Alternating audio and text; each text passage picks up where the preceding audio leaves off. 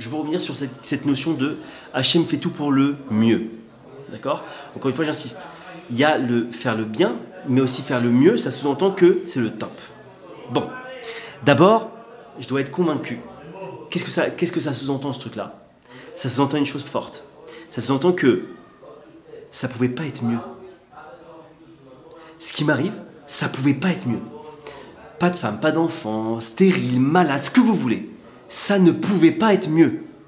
Pas être mieux. Si Hachem l'a fait pour le mieux, c'est que ça ne pouvait pas être mieux dans ma vie. Alors encore une fois, après, il y a la confrontation à ne pas mettre en place, qui est ma raison et ma foi. Je ne vais pas rentrer là-dedans parce que c'est un vrai cours en soi, mais savoir que je dois effacer ma raison là-dedans, et je ne vais pas chercher à comprendre, mais attends, je ne comprends pas. Moi, en tant qu'être humain, on m'a toujours dit qu'un type qui est malade, c'est pas bien. Comment c'est possible que tu me dises que c'est le mieux et ça ne pouvait pas être mieux dans ma vie? Non, le mieux c'est que je ne sois pas malade, moi je suis tranquille quand je ne suis pas malade. Mais maintenant, ça c'est ta raison qui te dit ça. Maintenant, lui, Hachem, ce qui sait le mieux pour toi, c'est ce qui t'a mis en place dans ta vie. Le mieux au moment T. Ok? Bon.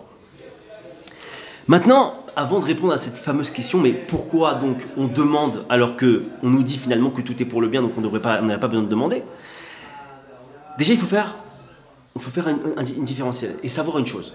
C'est quoi le bien, c'est quoi le mal? Ça se résume en deux choses. C'est deux parties.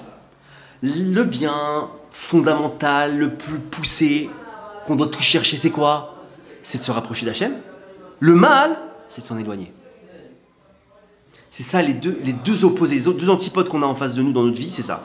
Ce qui m'éloigne ou ce qui m'amène à Hachem, c'est ça qui fait que je tends vers le bien ou je tends vers le mal. Ça m'éloigne, ça m'éloigne. Ça m'éloigne, ça me rapproche. Voilà. C'est comme ça qu'on sait où est-ce qu'on se situe. D'accord? Bon. Maintenant, il faut savoir qu'il y a beaucoup d'éléments qui éloignent d'Hachem. Mais il y en a un qui est particulier, c'est lequel? La richesse. Encore une fois, on ne cherche pas à être pauvre. D'accord? Mais il faut savoir que la richesse, c'est quelque chose qui éloigne d'Hachem. Pourquoi ça éloigne d'Hachem? Parce que la richesse, elle amène à l'orgueil. L'orgueil, les sages nous disent quoi? Qu'une personne orgueilleuse ne peut... Hachem ne vit pas à côté, ne peut pas être à côté d'une personne orgueilleuse. Pourquoi? Parce que l'orgueilleux ne laisse place à personne d'autre que lui-même. Si je laisse place à personne d'autre que moi-même, Hachem, ciao, personne, tu viens pas dans ma vie. Donc on rentre dans quoi? Dans le problème de éloignement d'Hachem au plus haut point, donc on est dans le mal. Ok, parenthèse. Mais sachez aussi que, et encore une fois maintenant, venez, on va plus loin.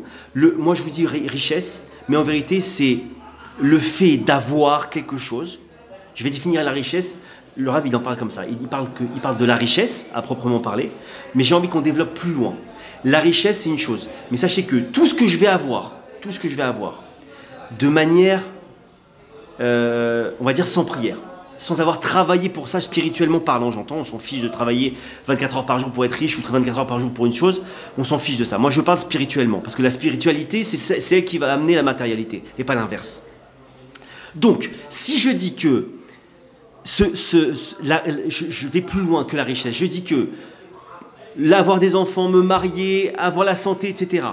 Plus la richesse, d'accord, tout ça.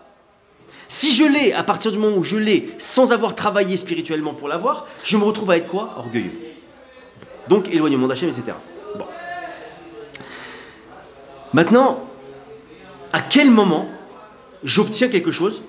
Par la tfila, évidemment, on va le comprendre comment. C'est bénéfique pour moi. Et à quel moment c'est négatif pour moi, c'est nocif pour moi.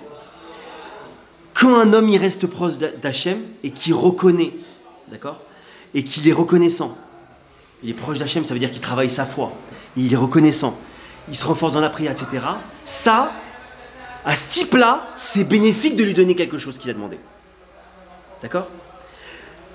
À une personne, par contre, à l'inverse, qui n'est pas proche d'Hachem, qui ne sait pas travailler dans la reconnaissance, qui ne reste pas proche d'Hachem, qui n'a pas travaillé dans la prière, etc., si tu lui donnes quelque chose, il saute. Comment il saute? Orgueil.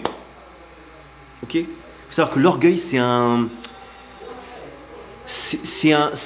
imaginez qu'il y a un type, il vient, il coupe la connexion entre Hachem et lui-même, il le fait principalement par l'orgueil.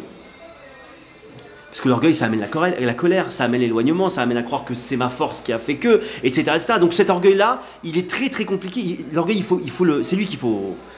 c'est un des ennemis les plus puissants, c'est ça.